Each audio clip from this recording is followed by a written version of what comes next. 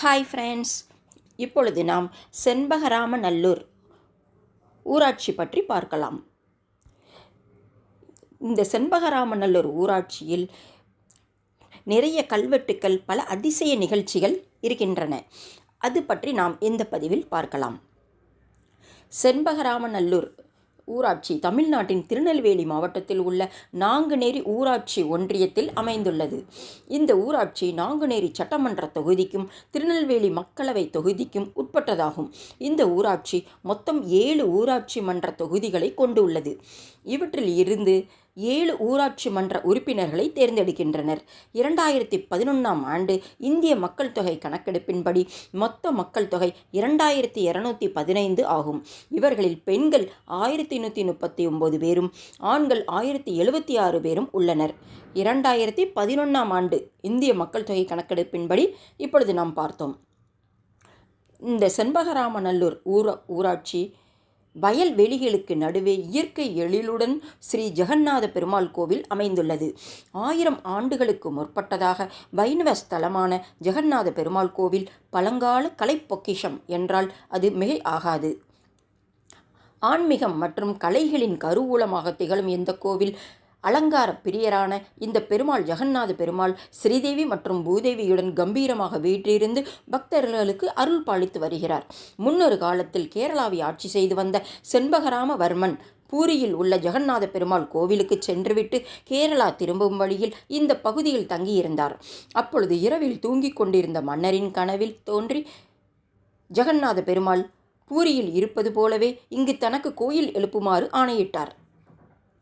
மறுநாள் காலை எழுந்த செண்பகராமவர்மன் பார்க்கடல் வாசலுக்கு கான்பூர் வியக்கும் வண்ணம் இந்த கோயிலை வடிவமைத்தார். கோவில் பணிக்காக மன்னன் செண்பகராமவர்மனும் இங்கு நீண்ட காலம் தங்கியதால் அவரது பெயராலேயே இந்த ஊர் செண்பகராமநல்லூர் என்று பெயர் பெற்றதாக பெரியவர்கள் கூறுகின்றனர். கோவிலின் உள்ளே பழமையை பறைசாற்றும் வகையில் கோயில் மண்டபம், ஆஸ்தான மண்டபம், சயன மண்டபம் ஆகியவை உள்ளன. அதனை அடுத்து கோவிலின் முன்பகுதியில் மாயக்கலையின் மன்னனான ஜெகநாத பெருமாள் சன்னதி அழகுற அமைந்துள்ளது.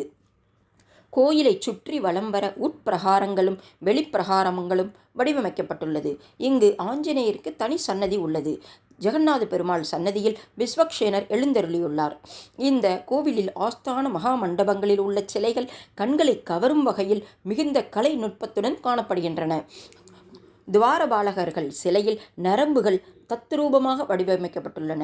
அத்துடன் துவாரபாலகர்கள் சிலையின் தலையில் அபிஷேகம் செய்தால் அந்த எண்ணெய் துவாரபாலகர்கள் மூக்கு, காது வழியாக வழிந்து ஓடுகிறது. இந்த அதிசயம் இன்றளவும் நிகழ்ந்து வருகிறது. அத்துடன் துவாரபாலகர்கள் சிலையின் தலையில் அபிஷேகம் செய்தால் அந்த எண்ணெய் துவாரபாலகர்கள் மூக்கு, காது வழியாக வழிந்து ஓடுகிறது. இந்த அதிசயம் இன்றளவும் நிகழ்ந்து வருகிறது. இந்த அளவிற்கு நுட்பமான கலை வேலைப்பாடுகளுடன் சிலை வடிவமைக்கப்பட்டுள்ளது. மேலும் பழங்கால எழுத்துக்களால் ஆன கல்வெட்டுகளும் இங்கே உள்ளன. இந்த கோவிலில் ஆண்டுதோறும் நடைபெறும் வைகுண்ட ஏகாதசி திருவிழா பிரசித்தி பெற்றதாகும். விழாவில் பரந்தாமனான ஜெகநாத பெருமாள் சயன காட்சியை காணவும் பரமபதல் வாசல் திறப்பை காணவும் பக்தர்கள் கூட்டம் மோதுவது வழக்கமாகும்.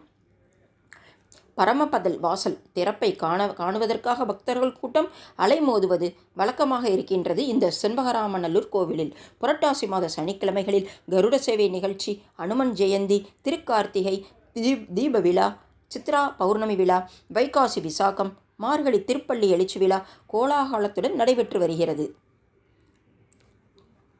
தேங்க்யூ. நன்றி.